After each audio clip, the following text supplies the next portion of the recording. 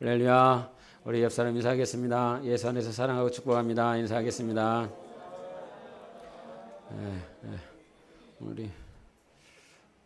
우리 함건원 선교사가 왔습니다. 오랜만에 왔습니다. 박수 쳐야 되나요? 박수 쳐야 되는구나. 오늘 말씀 잘 아시죠? 이제 사사기인데 그 사사기의 맨 마지막 사사가 누구죠? 네, 삼손입니다. 우리 승원이가 아는 삼손에 대해서 한번 얘기해 주세요. 일어나서. 삼손은 이런 사람이다. 내가 아는 삼손은 머리카락이 길었다. 들릴라라고 하는 여인한테 깎였다.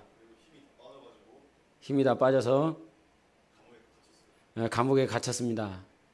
그리고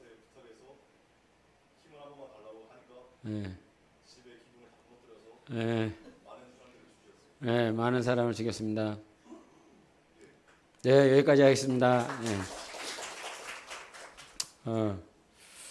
제가 이제 사사기 하면서 주님이 두 가지 정도를 이렇게 터치를 해주셨어요. 사울과 삼손을 이렇게 비교해 보게 했습니다. 삼손을 하나님께서 왜 부르셨을까라고 하는 그런 측면을 한번 생각해 보게 돼요. 13장 1절 보여줄래요? 13장 1절 시작. 이스라엘 자손이 다시 여호와의 목전에 악을 행하였으므로 여호와께서 그들을 40년 동안 블레셋 사람의 손에 넘겨주시니라.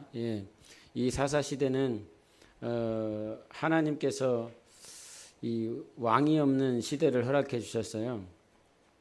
그래서 그들이 원하는 대로 양심을 따라 이제 신앙 아닌 신앙을 하고 있었던 시대였기 때문에 특별히 블레셋에게 침략을 많이 받았습니다. 그 침략을 받았는데 이제 이 삼손이 나오기 전까지 블레셋은 40년을 그렇게 이스라엘을 통치하고 식민지로 만들었습니다. 40년이라고 하는 시간이 찼을 때 하나님께서 삼손을 이렇게 부르십니다. 부르신 것이 아니라 마노아라고 하는 아버지에게 너희들 아들을 못 낳는데 아들을 낳을 거다. 그러면서 아들이 있을 것을 얘기를 합니다. 그러면서 이제 제가 하나님 앞에 하나님 왜 39년 됐을 때는 가만히 계셨어요? 38년 됐을 때는 왜 가만히 계셨고 35년, 30년 되셨을 때는 왜 가만히 계셨습니까? 그때는 뭐하고 계셨습니까? 라고 하는 그냥 하나님 앞에 넋두리인 거죠. 그런데 그 넋두리가 제게 이렇게 다가왔을 때 이게 전도서에도 말씀을 하시지만 나에게는 때가 있다라고 하는 것이었습니다. 그 때와 너희들이 말하고 있는 그 때와 내가 생각하는 그 때가 항상 다르기 때문에 오늘도 너희들이 시험에 들기도 하고 낙심하고 좌절하고 있을 때가 참 많이 있다. 내 때라고 하는 이 카이로스와 너희의 때라고 하는 크로노스, 인간이 말을 하고 있는 그 역사의 시간과 내가 일하고 싶을 때의 그 시간이 다른 것을 어떡하냐. 40년의 시간 동안 하나님께서는 그 이스라엘의 그 백성들이 블레셋에 의하여 처참하게 짓밟히는 그런 상황들을 하나님은 두고 보셔야 됐습니다. 그것이 이 블레셋이라고 하는 지역은 지중해와 가까운 이렇게 평야 지역이에요. 그리고 이스라엘은 산간 지방입니다. 그래서 평야가 살기 편하겠습니까? 산간 지역이 살기 편하겠습니까? 당연히 평야가 살기 편할 것입니다. 그래서 곡물도 더 많이 거둘 수 있고, 그런데 이 이스라엘에서 산간 지역에 살다 보니까 열매를 얻든지 곡물을 얻든지 굉장히 힘든 상황인데 이 블레셋은 그 산간 지역에 살고 있었던 이스라엘 사람들의 곡물들을 다 뺏어가서 블레셋으로 다 가져가 버리는 것이죠. 육적으로 힘이 들고 어려운 시간들을 보내고 있었던 것이 이스라엘 백성들인데, 그런데 더 중요한 건 뭐냐면 혹시 여러분 삼손의 뜻을 아십니까? 삼손의 뜻은요? 손가락이 몇 개예요, 권사님? 예. 손가락이 3개예요? 3 fingers? 예, 삼손이 우리 전사님은 6손이에요. 여기 조그만 거 하나 있거든요. 엄청 귀여워요. 그래갖고 우리는 하트를 이렇게 해야 되잖아요. 저분은 그냥 이렇게 보여주면 돼요. 몰라요? 몰라. 관심이 없어. 엄청 이뻐요. 네, 이 삼손이라고 하는 뜻은 시므손이라고 하는 그 말인데, 이 시므손이라고 하는 이 시므손의 뜻은 무엇이냐면 태양의 아들, 태양의 자녀 이런 뜻을 가지고 있어요. 근데 벳세메스라고 하는 이 말 들어보셨죠? 벳세메스. 벳이 무엇일까요, 여러분? 베델 할 때 이 베델은 무슨 뜻인가요? 네, 하나님의 집이죠. 베들레헴은요? 베들레헴 몰라요? 네, 떡집이잖아요. 예, 집이라 이 말이에요. 베시라라고 하는 말이 집인데 세메스라고 하는 것이 태양을 가르쳐요. 그래서 벳세메스라고 그러면 태양의 집을 말을 하거든요. 근데 그 세메스에서 흘러들어온 말이 시므손이에요. 그래서 시므손이라고 하는 말은 태양의 아들 이렇게 얘기를 하는 거예요. 무슨 얘기를 하고 싶으냐면 이 블레셋에 40년 동안 통치받으면서 곡물을 빼앗기고 그들에게 통치받으며 포로와 같이 삶을 살아가는 것, 그것이 힘이 들고 어려울 수 있겠는데 여러분의 삶이 이 땅에 살아가면서 힘이 들고 어려울 수 있을 것 같은데 그 하나님께서 내가 너희들에게 아들을 줄 거야. 그러면서 3가지 조건을 말을 하고 결국은 아들을 낳았습니다. 그 아들을 낳았는데 아들 이름을 저 같으면 요즘은 예자 돌림이 많지 않아요. 제가 애들 낳았을 때 저희 그때 교회에 그 그룹에 예자 돌림이 굉장히 많이 있었어요. 그래서 예수님의 그 예자를 돌림자로 많이 돌리는 그런 시즌이 있었는데 지금은 그렇지 않죠. 근데 내가 내 자녀를 낳을 때 분명히 하나님께서 주신 자녀고 하나님의 뜻대로 낳을 거라고 한다면 그 이름의 분명한 의미와 목적을 내가 가지고 기도하면서 지을 것 같거든요. 그런데 이 마노아는 자기 아들 이름을 삼손이라 그랬다 이 말이에요. 하나님이 주셨는데 삼손의 뜻이 뭐라고 현서봐? 네, 넋 놓고 있으면 안 돼요. 여기서 다 보여요, 여러분. 그래서 태양의 아들이라고 하는 자녀라고 하는 그 어떻게 그 이름의 의미를 줄 수 있을까라고 하는 거예요. 이것이 무엇이냐면 힘이 들고 어려우니까 삶 가운데 너무 벅찬 삶을 살면서 잊어버리고 상실한 것은 무엇이냐면 하나님을 향한 마음들이 상실되어지는 거예요. 힘들다라고 하는 것이 그저 먹고 사는 것이 힘드냐, 아니면 영적으로 침체되어지고 좌절되어져 가고 있는 자기 자신이 힘이 들고 어려운 것이냐. 하나님이 40년 지나고 난 다음에 일을 하실 때에 하나님의 포커스는 맞아, 너희들이 지금 블레셋에 의하여 곡물을 빼앗기고 힘든 상황 가운데서 살아가고 있다. 하나님이 왜 모르시겠어요? 왜 모르시겠습니까? 다 아시지요.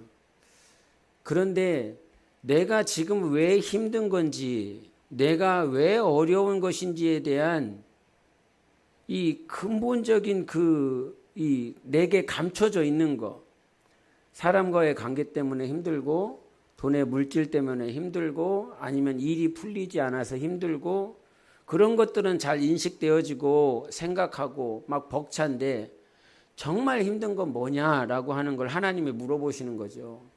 40년 시간 동안 그렇게 살면서 너는 도대체 뭐가 힘들었니? 라고 물어보시면 하나님, 내 직장의 문제 때문에 힘들었어요. 사람과의 관계 때문에 힘들었어요.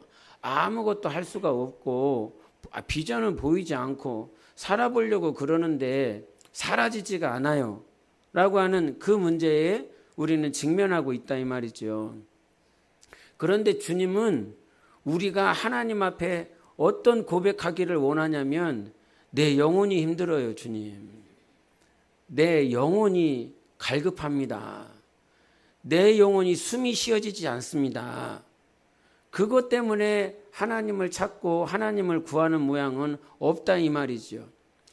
여러분 출애굽기 잘 아시겠지만 이 요셉이 죽고 난 다음에 모세가 나오기 전까지 약 400년의 시간들이 흘러갔어요. 그 400년의 기간 동안 요셉을 알고 있었던 그 바로, 그가 살아있는 동안에 이스라엘 백성들은 잘 살았거든요. 요셉을 아니까, 바로가 요셉을 알아요. 그 바로의 아들이 요셉을 알고 있어요. 그 바로의 손자가 요셉이 누구였는지를 잘 알고 있어요. 그러다 보니까 요셉의 영향력 아래에 있었던 이스라엘은 바로의 보호를 받으면서 안전하게 살아갈 수 있었어요. 그런데 중요한 것은 무엇이냐면 그 바로에 의하여 공급함을 받고 아무런 문제 없이 살아가고 있는 그들에게 지금 자기 자신들이 영적으로 침체해 가고 있다는 사실을 못 느끼고 있는 거예요. 영적으로 내가 지금 죽어가고 있구나, 갈급함을 느끼지 못하고 있구나라고 하는 것이 죽어가고 있는데 그 사실을 알지 못하는 거죠. 그러니까 그때부터 하나님께서는 그들에게 터닝 포인트를 줍니다. 삶의 어려움이 오는 거죠. 삶의 힘듦이 오는 거죠. 주님은 우리가 그냥 힘들어, 우리가 고통스러워, 우리가 아파, 지금 그것을 요구하고 있는 게 아니에요. 삶 때문에 힘드십니까? 앞이 보이지 않아서 어떻게 살아야 될지 걱정이 태산과 같습니까? 근데 주님은 사실 그것들을 허락해 주시지만, 허락하셨지만 그 허락하신 환경이 전부가 아니라 이런 힘듦과 이런 어려움 가운데 그저 삶이 도태되어지고 여러분의 자녀들이 또 내 미래가 불투명한 그것 가운데서 힘들어하는 것이 아니라, 주님, 내 영혼이 이렇게 됐네요. 내 영혼이 지금 이러한 수준으로 떨어져 있습니다. 그때에 비로소 하나님을 찾을 수 있거든요.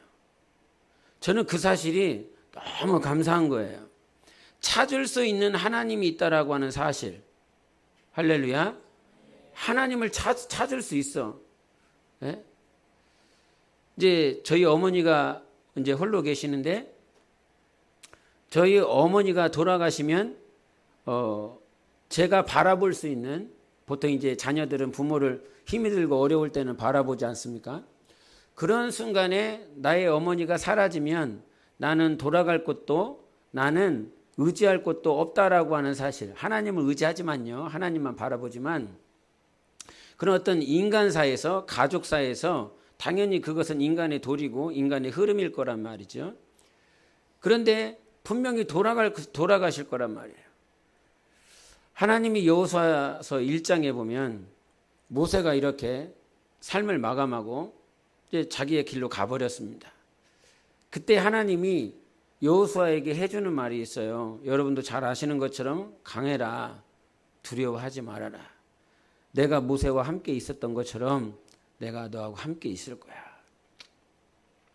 그 말이 여러분에게는 참 위로가 되고 힘이 되어야 되는데, 제가 저희 스승 목사님 한국에서 돌아가셨다고 했을 때 이제 중국 어디야 정도에서 이 청두 공항을 가면서 밤이었어요. 이제 싼 비행기를 끊으라고 한 11시 넘어서 비행기를 끊었거든요. 그 비행기를 끊고 밤에 혼자 가는데 참 서글프더라고요. 네, 서글펐어요. 혼자 이렇게 캐리어를 끌고 가는데 이 영적으로 내가 대화할 사람이 없구나 이제는. 뭐 그렇다고 그분과 자주 대화를 한 것도 아니에요. 뭐 1년에 뭐 한 번, 두 번 할까 말까였기 때문에 대화를 할 수 있는 뭐 그런 시간도 많지 않았고 기회도 없었는데, 그럼에도 불구하고 내가 뭔가 궁금할 때, 내가 뭔가 얘기하고 싶을 때 그가 없다라고 하는 그 사실은 나로 말미암아 좌절되게 하는, 좀 이렇게 낙심하게 되는 상황이라 이 말이죠. 여러분 누구에게라도 내가 상담하고 얘기를 나누고, 지난 통계 때 한번 보니까 내가 하나님께 신앙을 가지게 된 그 원인에 대해서 얘기를 할 때에 첫 번째가 뭐냐면, 첫 번째가 성경 공부였어요. 성경 공부를 잘하고 성경 공부를 열심히 하면 믿음을 갖게 되는 계기가 되고, 두 번째는 설교가 나에게 영향을 주셔서 신앙을 갖게 했다. 한 네 번째, 다섯 번째가 무엇이었냐면, 내가 상담할 때, 내가 누군가 대화할 때 내가 막혔었던 모든 문제들이 해결됨으로 인해서 신앙을 가질 수 있다라고 하는 그 통계가 있었습니다. 맞습니다. 그래서 성경을 보면 누구라도 나를 이끌어줬었던 시간들이 있어요. 그리고 나를 이끌어줬던 사람이 있고요. 또 우리 권사님들이나 또 우리 전사님에게 권면하고 또 말하고 싶은 건, 정말 여러분들이 누군가를 이끌 수 있는 권면자가 되는가. 권사라고 하는 말이 권면하는 사람 아닙니까? 권할 수 있는 사람이 되기를 원하고, 또 이 중년이나 청년 또 교회학교 영혼들을 이렇게 보다 보면 결국은 나를 이끌어주는 사람이요, 나에게 지대한 영향을 끼친다라고 하는 사실을 부인할 수 없어요. 저들이 예배하는 자세, 저들이 하나님 앞에 드려지는 모습, 봉사하는 모습, 하나님을 섬기는 모습이 결국은 나에게 영향을 주는 부분들이 분명히 있어요. 그럼에도 불구하고 하나님께서 여호수아 1장에 하나님은 여호수아에게 단독적으로 말을 합니다. 너를 지금 인도해 준 사람, 너에게 가르쳐 준 사람, 너에게 권면한 사람, 그 사람이 지금 내 눈에 보이지 않아. 그럼에도 강해야 돼. 그럼에도 두려워하지 말아야 돼. 너에게 어떤 네가 상담할 만한 사람이 없고, 네가 권면할 만한 사람이, 네가 권면해 줄 사람이 없고, 그런 자기를 이끌어주는 지도자, 인도자가 없어도 강해야 돼. 두려워하지 말아야 돼. 그러면서 이유를 말씀하세요. 모세와 함께 있었던 것처럼 하나님께서 여호수아와 함께 하시기 때문이라 이 말이죠. 그러니까 우리가 강하고 두려워하지 않는 신실한 믿음을 가질 수 있는 것은, 나를 이끌어주는 어떤 목사, 전도사, 권사, 집사, 직분자들이 있기 때문에 강하고 두렵지 아니한 마음, 믿음을 가지고 살 수 있는 것이 아니라 오늘 하나님이 나와 함께 하시기 때문인 거죠. 할렐루야. 하나님이 나와 함께 하시기 때문에 오늘도 여러분이 이길 수 있고 여러분은 담대할 수 있는 것입니다. 하나님께서 우리를 찾으실 때, 우리를 부르실 때, 그러니까 우리 영적인 그 바탕을 날마다 한번 점검했으면 좋겠어요. 지금 육적인 것들이면 힘든 거 알아요. 우리는 다 힘들 거예요. 왜냐하면 아담 아래 태어난 모든 사람들은 땀 흘리며 살아가야 돼요. 여기서 그 누구도 땀 흘리지 않으면서 살아가지 않는 사람은 없어요. 다 땀을 흘리면서 살아가고 있는 거예요. 그 무게가 어떤 사람에게는 크게 보이고 어떤 사람은 작게 보일 수 있겠지만, 저마다 가지고 있는 그 십자가의 무게, 그 절대적인 무게는 똑같은 거예요. 상대적인 무게는 달라 보일 수 있처럼, 저 사람은 좋은 집에 살고 저 사람은 좋은 직장에 살고 있기 때문에 그 십자가의 무게가 나보다 가볍지 않겠는가라고 하는 상대적인 시각으로 바라볼 수 있겠지만, 그 사람도 역시 동일하게 십자가의 무게는 절대적인 가치를, 절대적인 크기를 가지고 있다 이 말입니다. 그래서 우리가 정말 여러분 영혼 안에 영적인 것에 대한 갈급함이 얼마나 있는지 한번 확인을 해봤으면 좋겠어요. 그래서 40년이라고 하는 그 시간은 어떤 시간이냐? 주님, 나를 살려주세요. 주님, 내 영혼을 깨워주세요. 주님, 나를 붙들어 주세요. 그것이 출애굽기 1장에 나와 있었던 400년 지나고 난 다음에 그들은 계속 힘들었거든요. 어려웠거든요. 그러나 어느 순간 일정치에 다다르니까, 하나님 우리 좀 살려달라고, 하나님 우리가 죽겠습니다, 그 고백을 하나님께서 들으신다 이 말이에요. 하나님의 나라를 위해서 살겠습니다. 하나님의 뜻대로 살겠습니다. 몇 명을 전도하겠습니다. 몇 명을 구원하겠습니다. 하나님의 나라와 하나님의 의를 위한 간절한 그런 기도, 그런 찾는 것들도 주님께서 기뻐하시지만, 하나님께서 우리에게 기본적으로 원하는 건 하나님 없이는 못 살겠습니다. 하나님 나 좀 도와주세요. 맞아요. 우리는 주님이 말씀하신 대로 그의 나라와 의를 구하면서 살아가야 되는 것이 우리의 사명입니다. 그래서 찬양했었던 것처럼 사도 바울이 표대가 되신 예수 그리스도를 바라보며 부름의 상을 향하여 쫓아간다라고 하는 그 말씀이 우리에게 진정한 사명이어야 되는 거죠. 목숨 다하는 것이.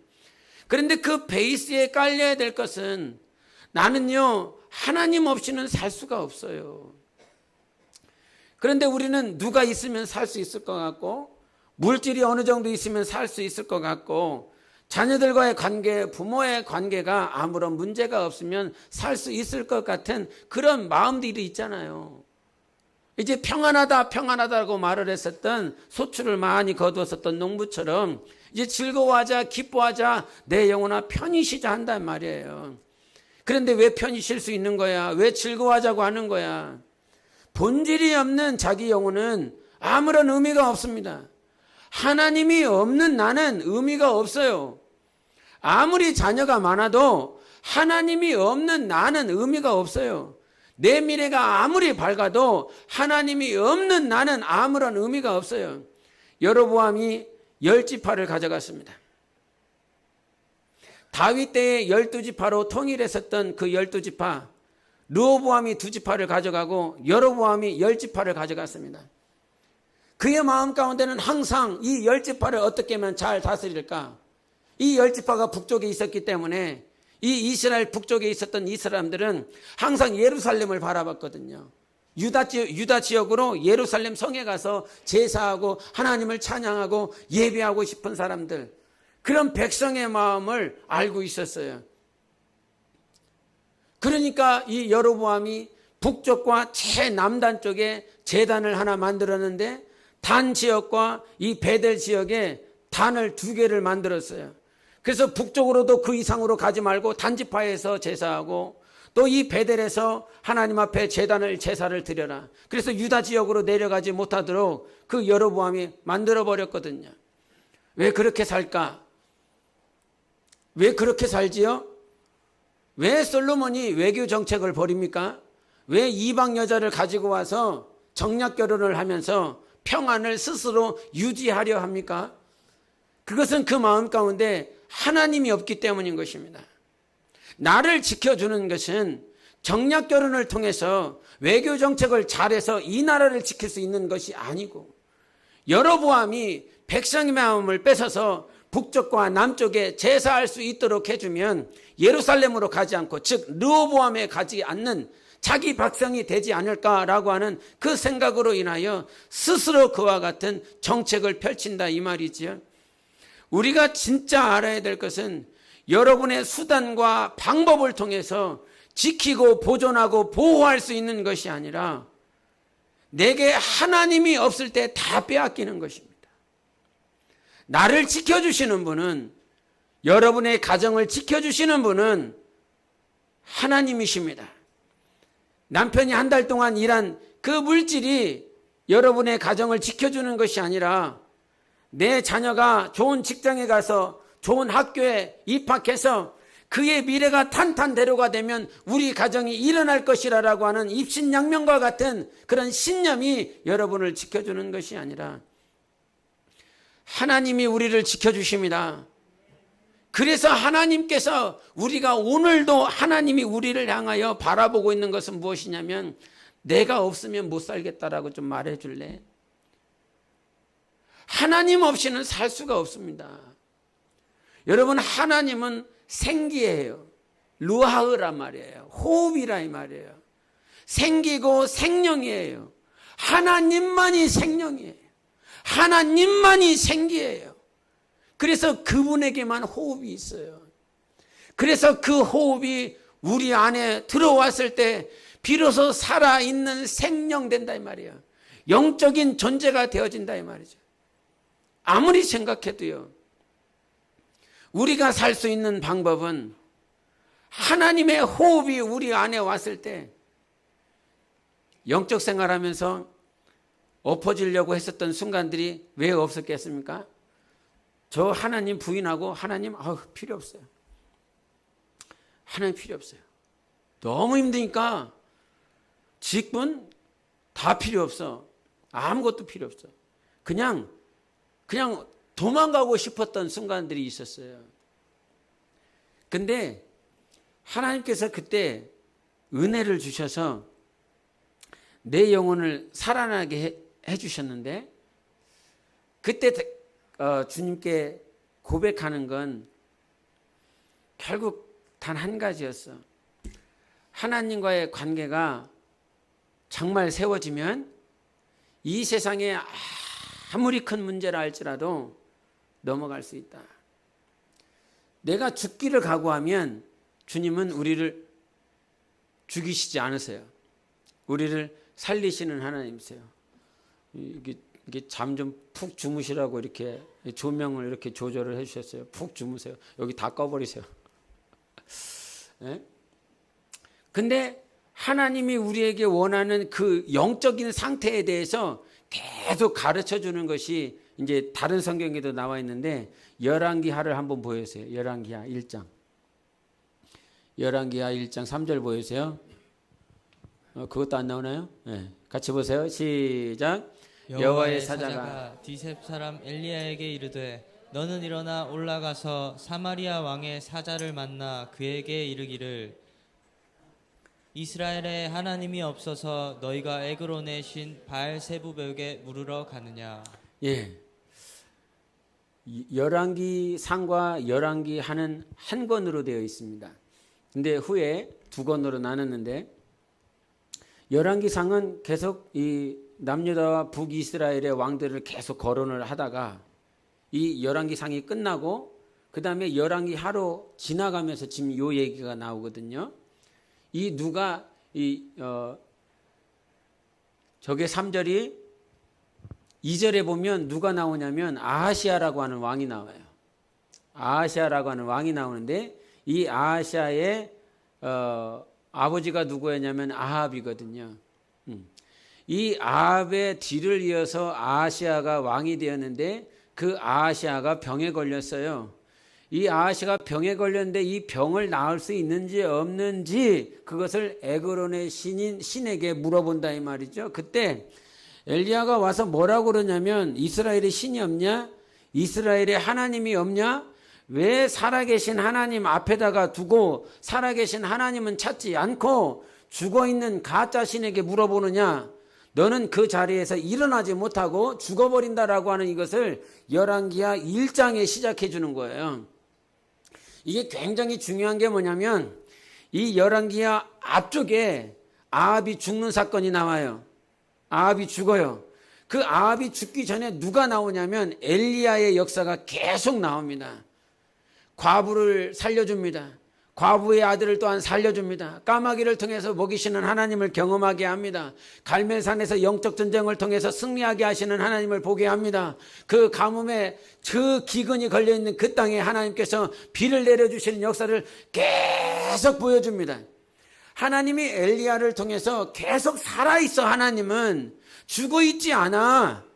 이와 같이 이 이스라엘 아합으로 말미암아 바알 제사장들, 그런 제사장들이 차고 넘치고 하나님은 안 보이는 것 같고 기근이 가득하여 하나님이 살아계시지 않는 것처럼 보이는 그때에, 하나님은 엘리야를 통해서 하나님은 죽지 않았어, 하나님은 살아있어, 그러면서 하나님의 살아계심을 계속 보여줘요.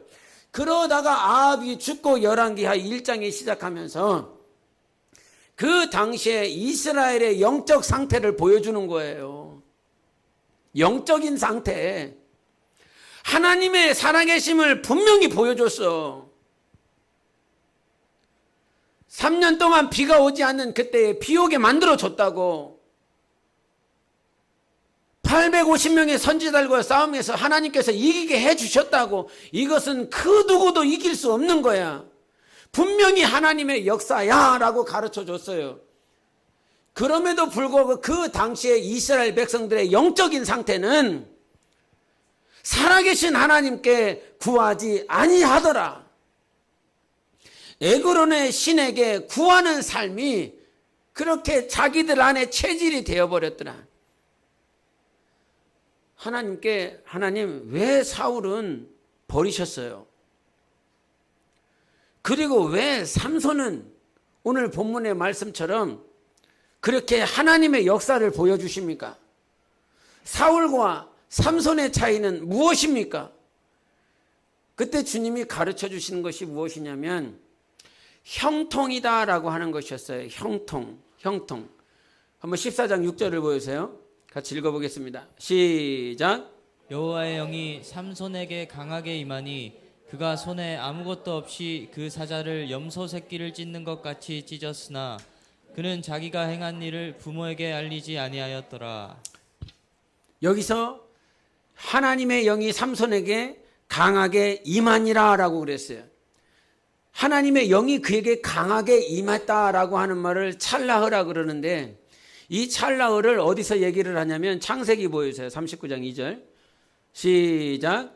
여호와께서 요셉과 함께 하심으로 그가 형통한 자가 되어 그의 주인 애굽 사람의 집에 있으니 23절 간수장은 그의 손에 맡긴 것을 무엇이든지 살펴보지 아니하였으니 이는 여호와께서 요셉과 함께 하심이라. 여호와께서 그를 범사에 형통하게 하셨더라. 예, 39장 2절과 23절에 보면 동일하게 등장하는 단어가 무엇이냐면 형통이에요. 여호와께서 요셉과 함께 하심으로 그가 형통한 자가 되어, 이 말이 어디 다음에 나오냐면 이 요셉이 보디발에게 노예로 팔리고 난 다음에 하시는 말씀이에요. 이스라엘에서 노예로 팔려서 이 애굽 시위대장이었었던 보디발 집안에 노예로 팔리고 난 다음에 하나님이 뭐라고 말씀하시냐면 하나님이 요셉과 함께함으로 그가 형통한 자가 됐다는 거예요. 말 같은 소리를 하세요. 하나님, 말이 됩니까 이게? 형통하려면 이스라엘에서 아버지의 보살핌 아래 채색옷을 입으며 아버지의 귀염을 받고 사랑을 받고 그 땅에서 채색옷을 입으며 사랑받으며 살아간다라고 그런다면 형통하니라. 요셉아, 네가 형통하다. 하나님이 너와 함께한다. 이러면 이해가 되겠는데 보디발에게 팔려, 노예에게 팔려, 주권도 없어, 사랑을 받을 수도 없어. 그러한 상태에 하나님은 어떻게 하나님이 함께 하셔서 요셉이 형통하다라고 말씀하십니까? 이렇게 얘기한다 이 말이에요. 23절에도 억울한 누명에 썼어요. 보디발의 아내에 의하여 억울한 누명에 써서 감옥에 갇혔습니다.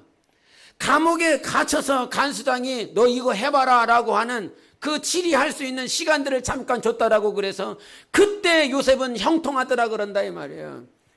그가 있었던 것은 노예의 신분으로 팔려서 아무런 사랑도 받을 수 없는 보디발의 집안이요, 이젠 칠흑과 같이 어둡고 자유가 빼앗겨 버렸었던 그 감옥에 갇혀 있었을 때에 어떻게 그때 형통이라 말할 수 있겠느냐.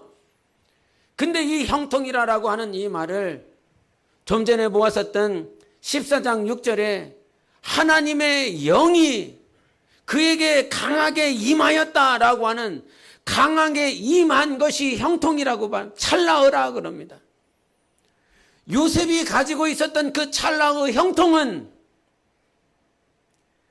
감옥에 갇힌 상태나 보디발의 집에 팔린 상태가 형통을 말을 하는 것이 아니라 하나님이 말을 하고 있는 이 형통은 무엇이냐면 비록 네가 감옥에 갇히고 자유도 빼앗기고 노예와 같은 신분이요, 정말 절박하고 절망과 같은 그런 환경이라 할지라도 하나님이 함께 하시는 그 순간, 성령이 붙잡아 주시는 순간, 그리고 그가 하나님을 의지하고 기대하는 그 순간, 바로 그때가 형통한 순간이야.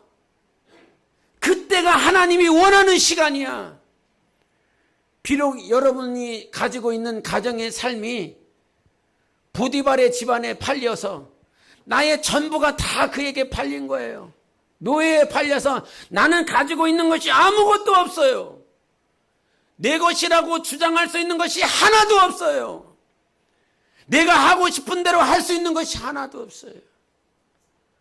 그런데 그 순간에 주님이 말씀하세요. 내가 너하고 함께하고 있어. 믿으십니까? 사람들이 자꾸 그럽니다. 기도응답을 받고 축복을 누리고 세상적인 형통을 말을 할 때 하나님이 너와 함께 하시나 봐. 하나님이 너를 지켜주시고 하나님을 너를 보호하시나 봐. 이런 얘기 한다 이 말이에요. 그런데 주님이 말을 하고 있는 형통은 네가 무슨 차를 타고 있고 무슨 집에 있고 무슨 것 어떤 것을 먹고 있고 어떤 직장에 들어갔고 어떤 학교에 들어갔으니까 네가 형통하다가 아니라 하나님이 우리를 붙잡아 주시는 것이 형통이라 이 말이에요. 나를 붙잡아 주시면 형통이라 이 말이에요. 그런데 이 찰나후의 역사, 즉 하나님의 영이 이 삼손을 계속 붙잡아 줍니다. 계속 붙잡아 줘요. 삼손에게 하나님이 뭐 하지 말라 그랬을까요? 세 가지 조건이 뭐였어요? 세 가지 조건 아세요? 나실인으로 불렀잖아요. 나실인으로 부르고 난 다음에 세 가지 조건을 말했어요. 하지 말라고 하는 거. 첫 번째가 머리카락 자르지 말라. 두 번째가 똑바로 얘기해줘. 잘 안 들려요. 기가 먹어서 그런가. 포도주를 먹지 말라 그랬어요. 독주를 먹지 말라. 술 먹지 말라 그랬어요. 세 번째는 부정한 음식을 먹지 말라 그랬어요. 부정한 음식을 먹지 말라 그랬어요. 하나님의 영이 막 충만했어요. 그래서 누구를 잡아주게요? 어떤 짐승을? 황건수 지사님 누구를 잡아주겠어요? 목사를 잡아주겠어요? 예? 사자를 잡아 죽여버리잖아요. 잡아 죽이고 난 다음에 한참 지나서 그 길을 죽였었던 그 자리를 다시 가보니까 거기에 뭐 사자에 뭐가 있었어요? 죽은 시체 안에 뭐가 있었어요? 오늘 저 이렇게 뭐 주기로 했잖아요. 뭐가 있었어요? 꿀이 있었단 말이에요. 그거 먹어요, 안 먹어요? 먹어요, 안 먹어요? 네. 얘기를 좀 해주세요. 신경질 하셨어요? 먹잖아요. 먹어요. 그리고 잔치집에 가요. 잔치집에 가서 뭐 하겠어요? 지금 뭔 얘기하고 있냐면 부정한 거 먹으면 안 돼. 근데도요, 그 부정한 것을 먹었어요. 시체를 만지면 안 되는 거예요. 죽은 시체를 만지면 안 되는 거예요. 죽은 시체, 어떤 죽은 것을 먹어서는 안 되는 거예요. 그런데 그 죽은 시체 안에 있었던 꿀을 먹는다 이 말이에요. 부정한 음식을 먹은 거예요. 잔치집에서 포도주를 마시고 독주를 마시는 거예요. 세 가지 하지 말라고 그러는데 그럼에도 불구하고 하나님께서 하나님의 영이 그를 계속 붙잡아줘요. 여러분, 이거 잘 아셔야 돼요. 우리는 하나님 앞에 거룩한 자들이거든요. 왕 같은 제사장들이에요. 거룩하게 진실하게 살아가야 됩니다. 그럼에도 불구하고 우리가 범죄하고 하나님이 하지 말라는 것들을 하고 어떤 불성실하고 진리에서 떠나려 하고는 그런 부족한 모양들이 우리에게 있어요. 그때 예배 가운데 왔을 때에 하나님, 내가 이것 때문에 하나님께 범죄했습니다. 하나님, 이것 때문에 넘어졌습니다. 이것 때문에 절망했습니다. 나는 이거밖에 되지 않습니다. 그것 때문에 엎어져 있지 말고요. 나는 이것 때문에 지금 힘이 들고 어렵지만 그래서 예수님이 필요합니다.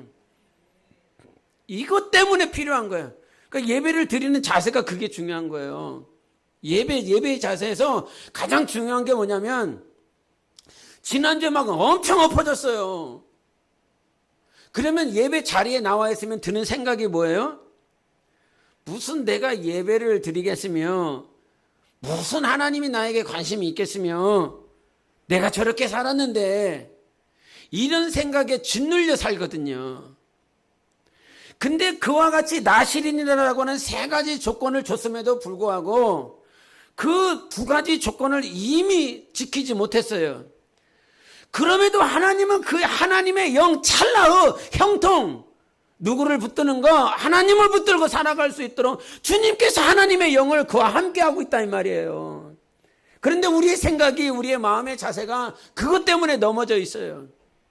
지금 넘어졌거나 마음이 낙심되었거나 내가 하나님 앞에 온전하지 못한 그 모양 때문에 내 마음이 그렇다면 오늘 하나님 앞에 고백해야 될 것은 하나님, 나는 그래서 하나님이 필요합니다. 나는 이 시간 그래서 성령이 필요하고요. 그래서 나는 말씀이 필요하고요. 그래서 나는 예배가 필요하고요. 그래서 나는 이 찬양이 필요한 거예요. 그래야 일어나는 거예요. 그래야 살아나는 거예요. 오늘 말씀 제목이 잊지 아니하시는 하나님이에요. 세 가지 조건이요, 이미 다 결격 사유가 됐어요. 그 들릴라라고 하는 여인을 만났기 때문에 그런 게 아니에요. 창기라고 하는 그 여자를 만났기 때문에, 문란하게 지냈기 때문에 그 삼손이라고 하는 존재가 하나님과 멀어진 것이 아니에요. 하나님께서 우리에게 새로운 죄에 대해서 정의를 할 때 육신으로 간음한 것이 죄지요. 그러나 니들 마음 가운데 가지고 있는 그 간음죄에 대해서 다시 한번 주님께서 정의를 한다 이 말이에요. 그러면 여러분들은 삼손과 다를 바가 없어요. 근데 그 창기와 놀아났기 때문에 하나님께서 삼손을 버린 것이 아니라 하나님과의 관계에서 무너졌기 때문에 그래요. 하나님과의 약속에서 무너졌기 때문에 그래요. 그런데 한참 지나고 난 다음에 삼손이 무엇을 구하냐면, 하나님, 이번만 나를 강하게 해 주십시오. 하나님, 나를 일으켜 주십시오. 나를 강하게 하여 주십시오. 사울과 삼손의 차이는 그거였어요. 사울의 삶은 끝까지 하나님을 구하지 않았습니다. 마지막 전쟁 앞에서도 하나님을 찾는 것이 아니라 무당을 찾아가며 그 사무엘을 불러달라고 그렇게 끝까지 하나님을 구하지 않습니다. 그러나 삼손은 이미 하나님과 약속하신 세 가지의 조건을 다 실패했습니다. 모든 것을 다 실패했습니다. 걔는 나실인이 아니에요. 걔는 하나님이 쓰실 만한 조건이 이제 하나도 없어요. 하나님 앞에서 하나님과의 약속이 다 깨졌고 이젠 지킬 수도 없고 불가능하고, 그럼에도 불구하고 그 마지막 순간에 삼손은 누구를 찾느냐? 하나님을 찾는 것입니다. 하나님을 찾으세요. 하나님은 그 삼손을 잊지 않고 있어요. 그 430년이 지나고 난 다음에 애굽 백성이 하나님 우리를 구원하여 주시옵소서, 하나님 우리를 살려 주시옵소서, 하나님은 그 소리 듣고 싶었던 거예요. 삼손을 통하여서도 그가 좌절하고 절망하고 낙심하고 하나님과의 관계가 깨져버렸고 아무것도 지킬 수 없는 그 상태라 할지라도, 그 순간이라 할지라도 하나님을 구하면 하나님은 마치 바로 옆에 있었던 것처럼 그를 강하게 일으켜주시는 하나님이십니다. 지난 수요일에 신명기 30장 얘기했어요. 돌아오라고, 일으켜주겠다고, 포로된 땅에서, 쫓겨간 그 땅에서 돌아와라, 내가 너를 일으켜줄 것이다.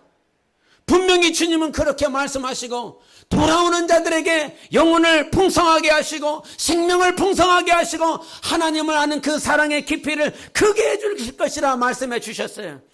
근데 그 돌아오게 하시는 분이 누구냐면 바로 하나님이시라는 거죠. 내가 막 자의적으로 돌아오는 것이 아니라 그 앞에 조건이 무엇이었냐면 하나님께서 하나님 스스로 하나님 마음에 긍휼을 베푸신다라고 말씀해 주셨어요. 하나님의 마음이 분노하고 질투하고 시기하고 이스라엘 백성을 향한 그 마음밖에는 없었는데, 하나님의 카이로스 앞에 하나님이 역사하시고 하나님의 때가 되었을 때 하나님은 하나님의 마음을 긍휼로 바꿔주셨어요. 분노를 긍휼로 바꿔주셨습니다. 시기를 사랑으로 바꿔주셨습니다. 그리고 역사하셔서 70년 되고 난 다음에 바벨론 땅에서 다 그들을 돌아오게 하시지요. 하나님이 여러분에게 이런 말씀하라 하십니다. 잊지 아니하시는 하나님, 나는 너희들을 한 번도 잊은 일이 없다. 그렇게 말씀하라고 하셨습니다. 하나님은 우리를 우리의 모양 따라 기억하시고 잊어버리는 분이 아니세요. 하나님은 우리를 고아와 과부처럼 버리시는 분이 아니십니다. 여러분 마음에 상실감이 있으십니까? 무엇으로부터 도태되어져 있습니까? 아니요. 하나님은 우리를 절대로 잊지 아니하신다. 한 번도 잊은 일이 없다. 나 스스로 하나님 앞에 범죄하고 좌절하고 낙심하여 스스로 이 마음이 부패해질지언정 하나님은 한 번도 우리를 버리신 일이 없습니다. 안 버리신다. 절대로 버리시지 않는다. 이것이 하나님의 약속이었어요. 아담이 하나님과의 약속 선악과 과실을 먹었습니다. 그리고 죄가 들어왔습니다. 수치스러웠습니다. 부끄러웠습니다. 자기가 얼마나 큰 죄인인지 알았습니다. 그래서 숨어버린다 이 말이에요. 우리는 스스로 숨었지만 하나님은 잊지 아니하시고 아담을 부르셨습니다. 아담을 찾아주십니다. 그리고 우리를 구원하시기 위하여 아들 예수 그리스도를 보내주셔서 죄와 수치와 부끄러움 가운데 있었던 우리들을 단번에 해방시켜 주셨습니다. 지난주에 우리가 나눴었던 말씀 가운데 무엇이었냐면 생명의 성령의 법이 죄와 사망의 법에서 우리를 해방하였다라고 말씀해 주셨습니다. 그래서 그때 뭐라고 얘기를 했냐면 주도권을 누구에게 줄래? 사망의 법, 사망의 머리는 원수에게 줄 것이냐? 아니면 생명의 성령의 법이신 하나님께 주도권을 줄 것이냐? 여러분, 영의 생각을 가지세요. 사망의 생각에서 벗어버리고 영의 생각, 하나님을 붙잡는 것, 하나님의 그 형통, 찰나흐. 사람들이 돈 많고 부자 되어지고 좋은 길 가면 형통한 것이 아니라 하나님의 형통은 내가 오늘 주님을 보는 것입니다. 주님을 찾는 것입니다. 하나님의 영이 나를 붙잡아 주시는 것입니다. 그럴 때에 우리는 승리하는 거예요. 인도자가 없어도 좋아요. 하나님이 계시면 돼요. 물질이 없어도 괜찮아요. 하나님이 계시면 돼요. 문제가 풀리지 않아도 돼요. 하나님이 계시면 되는 거예요. 그래서 하나님을 임마누엘이라고 했습니다. 하나님은 임마누엘이다. 3번 시작. 하나님은 임마누엘이다. 하나님은 임마누엘이다. 하나님은 임마누엘이다. 아멘. 40년이라고 하는 이 시간은 우리가 마치 기근과 같은 시간이에요. 아프리카 이 기아에 허덕이는 아이들을 이렇게 유심히 영상을 통해서 보면 어떻습니까? 눈은 떠 있는데 팔다리는 붙어 있는데 온 얼굴과 온 몸에 파리들이 붙었다 떨어졌다 붙었다 떨어졌다 해요.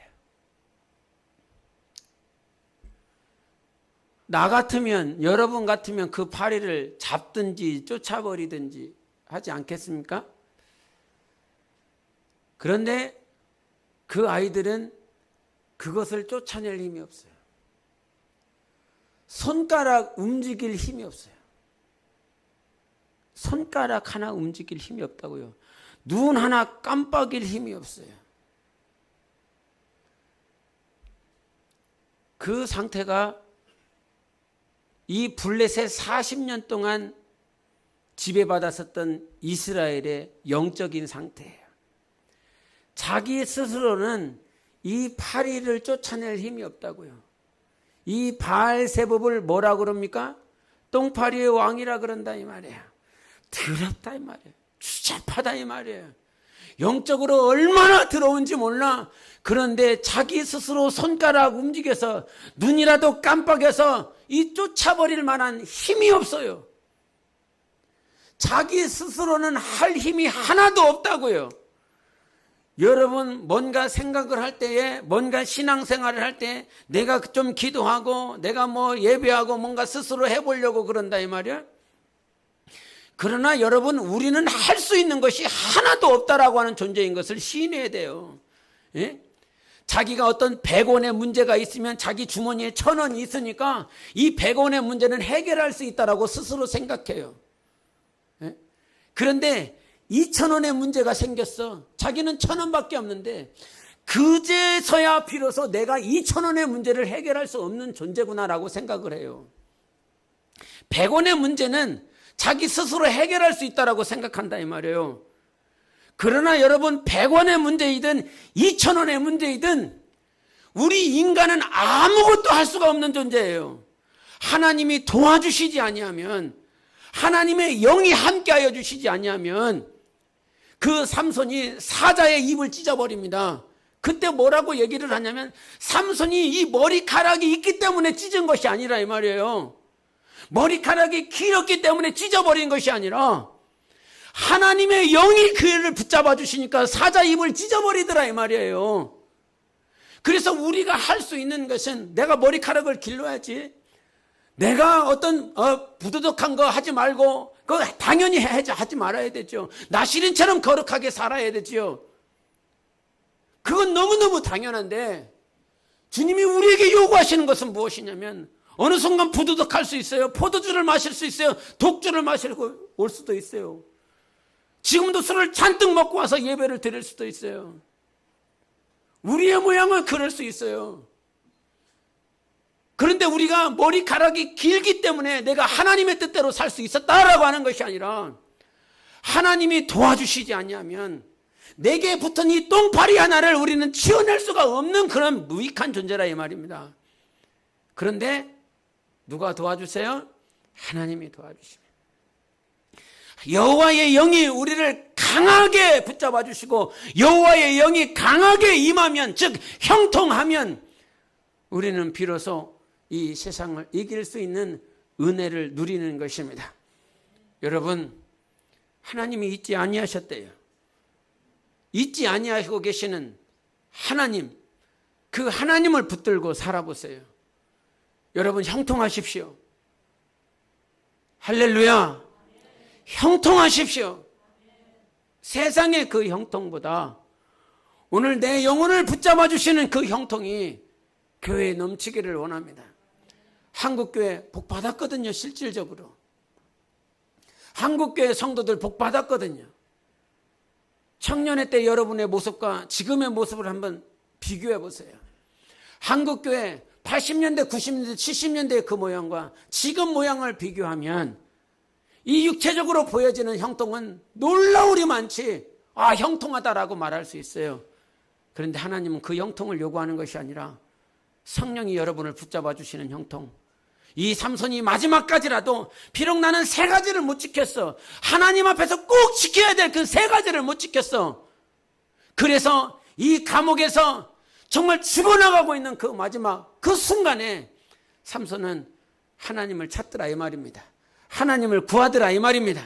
그때 하나님은 역사하시더라는 거예요. 그가 살았을 때 죽인 자보다 이 죽어가고 있었을 때 죽인 자가 더 많이 있다. 3가지를 다 못 지키고 있는 그 상태에서 하나님을 구하였더니 도리어 하나님은 더 큰 역사를 보여주시더라 이 말이에요. 과거에 엎어진 것 때문에 하나님을 잊어버리는 것이 아니라 오늘 이 순간 여기에 함께 계시는 그 하나님을 구하여 살았을 때 죽인 자보다 오늘 구하여 하나님의 역사를 더 볼 수 있는 여러분의 삶이 되시기를 예수 이름으로 축원합니다. 하나님은 살아계신다. 3번 하십시다. 시작. 하나님은 살아계신다. 하나님은 살아계신다. 하나님은 살아계신다. 아멘. 오늘도 여러분의 모든 시선을 하나님께 올려드리기를 원합니다. 함께 기도하십시다. 오늘도 내가 3가지를 못 지켰어요. 주님, 부정한 음식을 먹었습니다. 포도주와 독주를 마셨습니다. 정말 깎지 말아야 될 그 머리카락을 다 잘라버렸습니다. 하나님과의 약속을 잊어버렸어요. 하나님과의 관계를 다 상실해버렸어요. 그러나 하나님, 오늘 말씀해 주셨습니다. 정말 주님을 찾겠습니다. 나의 모든 시선을 하나님께 바치며 나의 모든 생각을 하나님께 나아가며 주님을 구하겠습니다. 주님이 역사하여 주시옵소서. 하나님의 영으로 나를 붙잡아 주시옵소서. 내 영혼을 형통케 하여 주시옵소서. 함께 기도합니다.